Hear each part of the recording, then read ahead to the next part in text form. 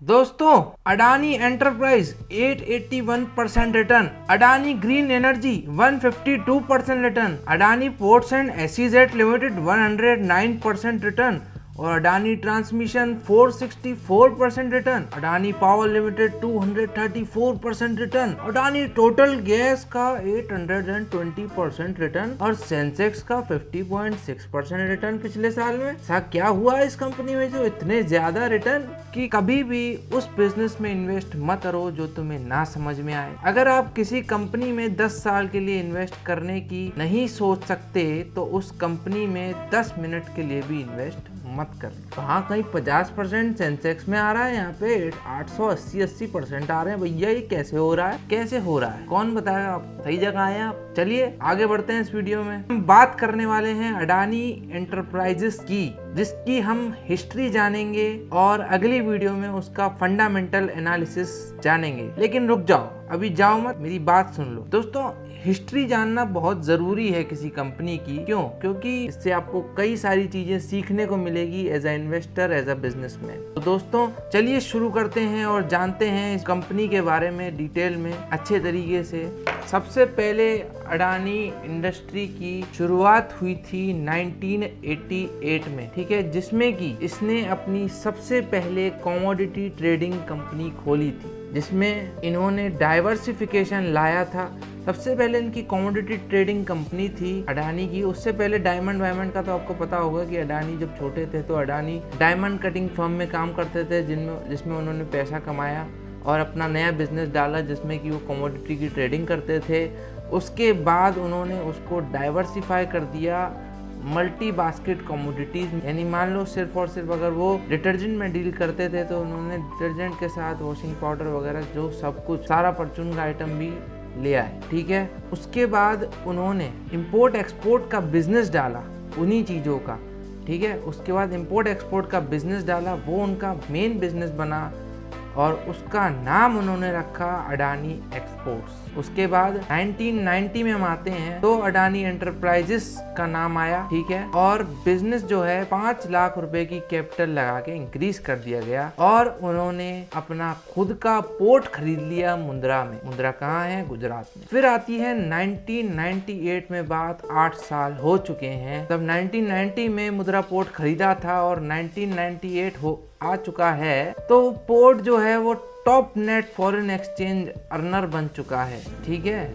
मतलब इंडिया में सबसे ज्यादा फॉरेन एक्सचेंज आने और जाने में आना इसके पास सबसे ज्यादा आता है। मतलब इसके पास फॉरेन करेंसी उस टाइम में बहुत ज्यादा हुआ करती थी, जो कि बहुत ही बड़ी बात है। उसके बाद 1999 में, 1 साल बाद, कोल ट्रेडिंग कंपनी खोल ली गई अडानी एंटरप्राइजेस के द्वारा। उसके बाद 2000 में इन्होंने अपनी जॉइंट वेंचर खोल दी एडिबल ऑयल की, जिसका आप नाम जानते होंगे, फॉर्चून, और उसको ओन करते हैं अडानी विल्मार। अडानी विल्मार क्या है? अडानी तो आप जानते ही हैं, विल्मार एक सिंगापुर की कंपनी है जो कि ऑयल प्रोडक्ट्स में डील करती है, तो उसके साथ इन्होंने मर्ज कर लिया अपने आप को, ठीक है। और अब कंपनी जो है बहुत आगे बढ़ चुकी है।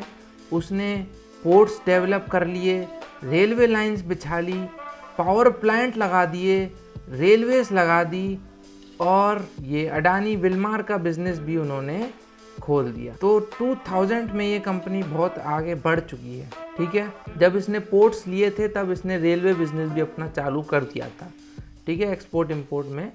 तो वो जब ट्रांसफ़र होता था गुड्स कहीं बीच की इंडिया की स्टेट से कहीं एंड में जो समुद्र के पास ले जाना है, तो उनके लिए भी इन्होंने रेलवे लाइंस बिछाना शुरू कर दिया था और रेलवे को भी इन्होंने अपनी रेलवे ओन करनी शुरू कर दी।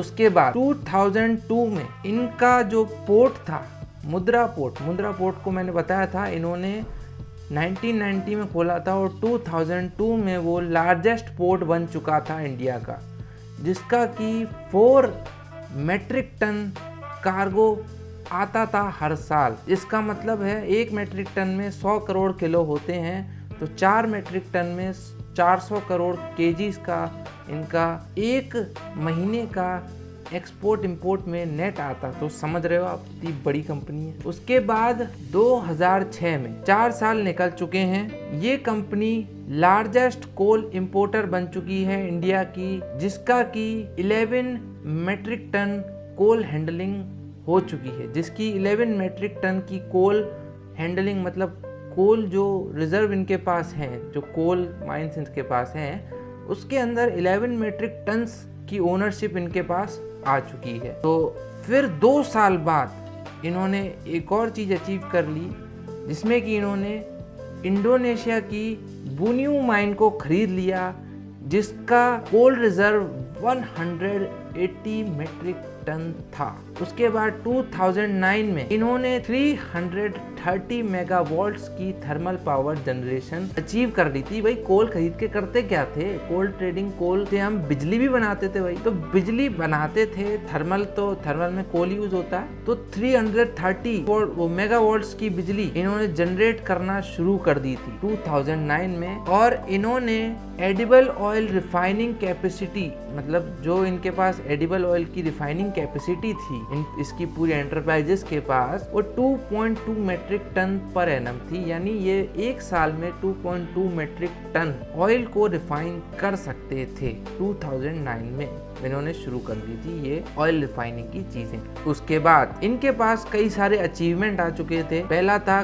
कोल इंपोर्टिंग मार्केट शेयर, जो इनके पास था इंडिया में, ये 60% का कोल इंपोर्ट करते थे पूरे इंडिया का, यानी 100% में से 60% तो यही लोग इंपोर्ट कर लिया करते थे, ठीक है, इंडिया में। और ये एनटीपीसी इंडिया को, जो कि थर्मल पावर जनरेशन प्लांट है, गवर्नमेंट का है, उसको भी कोल सप्लाई करना इन्होंने शुरू कर दिया था, और इंडिया की लार्जेस्ट कोल माइनिंग कंपनी ये बन चुकी थी, ठीक है। अब आते हैं हम 2010 में, जिसमें कि इन्होंने उड़ीसा का माइन, उड़ीसा में जितनी भी माइन थी उसका राइट अपने पास विन कर लिया था। भाई विन करते हैं, यहाँ पे गोलियां लगती हैं, तो इन्होंने विन कर लिया 2010 में, ठीक है। उड़ीसा की भी इनके पास माइन आ चुकी थी। और 2011 में इन्होंने एक दहेज पोर्ट खरीदा था, उसका नाम दहेज रख दिया था। उसकी ग्रोथ हो गई थी 20 मेट्रिक टन पर एनम, ठीक है। और उसके बाद कंपनी ने ऑस्ट्रेलिया की 10 गीगाटन में, 1 गीगाटन में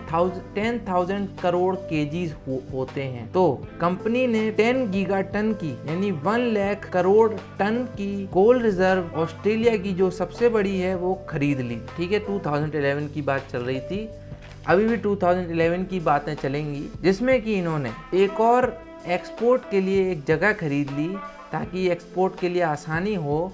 वो था अबॉट पॉइंट ऑस्ट्रेलिया का, ठीक है, जिसकी कैपेसिटी हैंडलिंग कैपेसिटी थी वो 50 मेट्रिक टन थी, ठीक है। मैं आपको मेट्रिक टन बता चुका हूँ, ये होता है 100 करोड़ केजी, और गीगा टन बता चुका हूँ 10,000 करोड़ केजी, ठीक है। उसके बाद इन्होंने इंडिया का लार्जेस्ट सोलर पावर प्लांट खोल दिया, 2011 की बातें चल रही हैं अभी भी, ठीक है, जिसकी कैपेसिटी शुरू हुई थी 40 मेगावाट से। उसके बाद इन्होंने उसी साल में कोल थर्मल पावर जनरेशन अचीव कर ली थी 3,960 मेगावाट्स की, जो कि इंडिया की largest thermal power producer company इसको बना देती है। मतलब इंडिया की largest thermal power generation company बन चुकी थी इंडिया की, वाह भाई वाह, 2011 में ही। अब आते हैं 2012 में।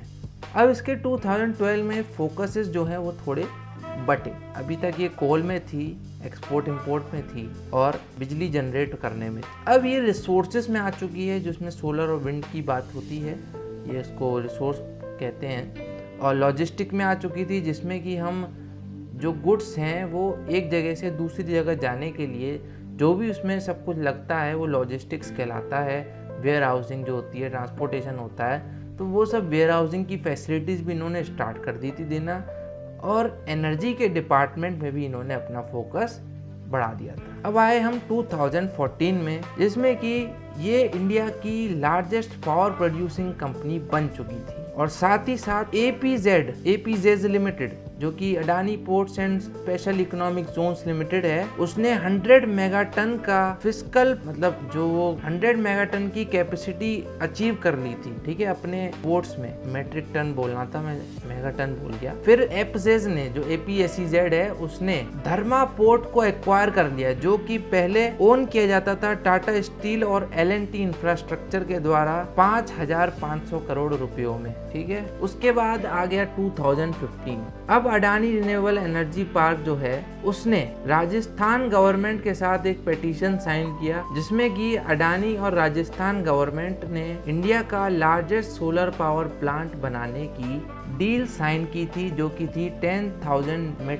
मेगावाट। तो ये बहुत बड़ा प्लांट खोलने की डील हुई थी। उसके बाद 2016 में अडानी एरो डिफेंस खुल चुकी थी, जिसने की एलबिट स्टार और अल्फा डिजाइन टेक्नोलॉजीज के साथ बिना आदमी वाले प्लेन एयरक्राफ्ट जो थे, अनमैन्ड एयरक्राफ्ट सिस्टम चालू कर दिया था, जिसमें कि जो ये प्लेन बनाते थे, फाइटर जेट्स वगैरह बनाते थे, जिसमें कि आदमी के होने की जरूरत नहीं है, वो ऑटोमेटिक उड़ जाता है और बम गिरा के आ जाता है, आता भी है वहीं रह जाता है। तो आदमी नहीं है तो फिर जरूरत क्या है प्लेन की, पर हाँ पैसा लगता है तो वापस आ जाता होगा। उसके बाद अडानी एंटरप्राइज को, आपने मोदी के साथ इसका डिस्प्यूट सुना होगा, तो अडानी को उस टाइम गवर्नमेंट ऑफ गुजरात की तरफ से एक डील मिल चुकी थी, जिसमें कि वहाँ पे भी ये सोलर पावर प्लांट लगाने वाले थे। पहले राजस्थान गवर्नमेंट के साथ थी, अब गुजरात गवर्नमेंट के साथ है। और अडानी ग्रुप ने इनॉग्रेट कर दिया था 100 megawatt solar power plant in Bathinda. Punjab का लार्जेस्ट पावर प्लांट उन्होंने बठिंडा में लगा दिया था 100 मेगावाट्स का। और इन्होंने 648 मेगावाट